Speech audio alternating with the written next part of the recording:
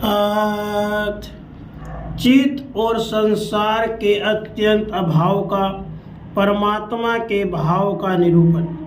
कुंभ कहते हैं, राजन, चित्त नाम का पदार्थ किसी काल में, किसी देश में या किसी वस्तु रूप में कहीं है ही नहीं। यह जो चित्त सा प्रतीत हो रहा है वह अविनाशी ब्रह्म ही है। संपूर्ण चित्त आदि प्रपंच अज्ञानात्मक है, इसलिए उसका अस्तित्व ही नहीं है, क्योंकि जो अज्ञानात्मक वस्तु रहती है उसका ज्ञान से बाध हो जाता है। अतः अधिष्ठान ब्रह्म में अहम त्वम तत् आदि कल्पनाएं कैसे रह सकती है। जो कुछ भी यह जगत है वह कुछ है ही नहीं, सब ब्रह्म ही है। अतः कौन किसको कैसे जाने। प्राकृत प्रलय के बाद सृष्टि के आरंभ में जो यह चित्त आदि जगत उत्पन्न प्रतीत होता है वह वास्तव में है ही नहीं। मैंने यह चित्त सा मालूम पड़ता है इत्यादि रूप से जो कहीं कहीं निर्देश किया है वह केवल आपके बोध के लिए ही किया है। उपादान आदि कारण रूप से जो प्रसिद्ध है उनका भी अस्तित्व नहीं है, और जितने भाव रूप से प्रसिद्ध हैं उनका भी अस्तित्व नहीं है। इसलिए इस जगत का ब्रह्म कारण नहीं है, क्योंकि अज्ञान जनित भ्रांति रूप ही जगत है, इसलिए उसकी किसी काल में सत्ता ही नहीं है। अतः यह जो दिखाई पड़ता है वह भासनात्मक ब्रह्म ही है, दूसरा नहीं।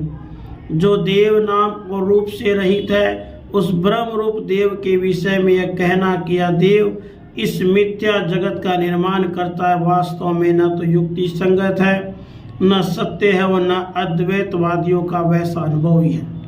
राजन, इसी प्रयोग से चित्त का अस्तित्व नहीं है, क्योंकि जब जगत का यह अस्तित्व नहीं है तब जगत के अंतर्गत चित्त का अस्तित्व कैसे हो सकता है। चित्त तो वासना मात्र रूप है। वासना तब होती है जबकि वासना का विषय रहे, परंतु वासना का विषय जो जगत है वह तो स्वयं असत है। अतः चित्त का अस्तित्व ही कहाँ है। वास्तव में तो कारण के अभाव से ही यह दृश्य वासना का विषय जगत उत्पन्न ही नहीं हुआ है, फिर चित्त आया ही कहाँ से। अतः केवल चिन्मय विशुद्ध विज्ञान स्वरूप परमात्मा ही अपने संकल्प से स्फुरित हो रहा है, इसलिए उससे भिन्न जगत की सत्ता कहाँ से आई। समस्त अनर्थों को उत्पन्न करने वाला अहम त्वम जगत इत्यादि जो यह अनुभव होता है वह वास्तविक नहीं है, स्वप्न के समान मिथ्या ही है। वासना के विषय जगत की असत्ता होने से वासना की सत्ता नहीं है, इसलिए फिर वासनात्मक चित्त ही कैसा, कहाँ, किससे और किस तरह से हो सकता है। जो परमात्मा के यथार्थ ज्ञान से रहित है वे ज्ञानी ही चित्त और इस दृश्य जगत को सत्य समझते हैं। वस्तुतः चित्त असत है, उसका कोई आकार नहीं है और न वह उत्पन्न ही हुआ है, क्योंकि लोक शास्त्र और अनुभव से दृश्य वस्तुओं में अनादिता, अजता और स्थिरता संभव नहीं है। जिसकी बुद्धि में लोक शास्त्र और वेद प्रमाण नहीं है वह अत्यंत मूर्ख है। अतः सज्जन को उसके कथन का भी कभी अवलंबन नहीं करना चाहिए। वास्तव में शास्त्रीय बोध से सब कुछ ब्रह्म ही है, न तो कहीं जगत आदि का ज्ञान है, न कहीं चित्त का ही भाव है और न अभाव है, तथा न कहीं द्वैत है न कहीं अद्वैत ही है। यह समस्त जगत आश्रय रहित परम शांत अजन्मा अनादि परमात्म रूप ही है, किंतु यह जो अज्ञानियों द्वारा देखे गए रूपों से युक्त जगत है वह न नाना है और न अनाना है। अतः आप मौन व्रत धारण करके काट के समान स्थित रहिए। राजा सिखीध्वज ने कहा, महामुनि, आपकी दया से मेरा मोह नष्ट हो गया, मुझे ब्रह्म के स्वरूप की स्मृति प्राप्त हो गई, मेरा संदेह दूर हो गया, मेरी बुद्धि परम विश्राम को प्राप्त हो गई। अब मैं आत्मवान होकर स्थित हूँ। अब मैंने ज्ञेय वस्तु परमात्मा के स्वरूप का अनुभव कर लिया। मैं महामौनी हो गया, माया रूपी महासमुद्र को पार कर गया। अब मैं शांत हूँ, मैं अहंकार स्वरूप नहीं हूँ, आत्मज्ञानी बनकर संपूर्ण विकारों से रहित होकर अवस्थित हूँ। कहो, अति चिरकाल तक मैं भव सागर में परिभ्रमण करता रहा, परंतु अब मैं शोभ रहित अक्षय परम पद को प्राप्त हो गया हूँ।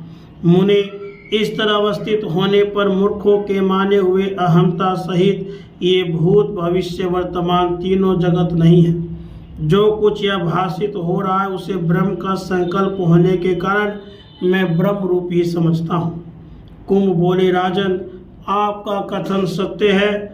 जिस चिन्ह में परमात्मा में वस्तुतः यह जगत ही नहीं है, वहाँ आकाश में बिना हुए प्रतीत होने वाले गंधर्व नगर के समान इस तरह का अहम त्वम आदि अनुभव कैसा, कहाँ, किस निमित्त से और किस प्रकार हो सकता है।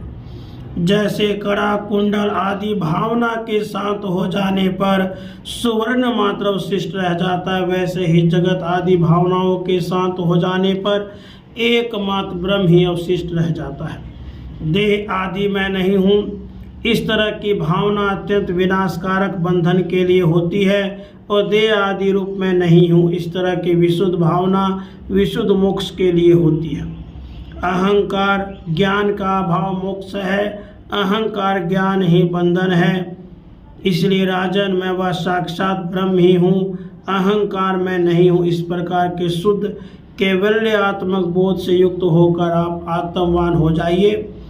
जिस तरह समुद्र में तरंग आदि वास्तव में जल मात्र ही हैं, उसी तरह ब्रह्म में संसार और संसार के पदार्थ परमात्मा का यथार्थ ज्ञान होने पर एकमात्र परमात्म स्वरूप ही है।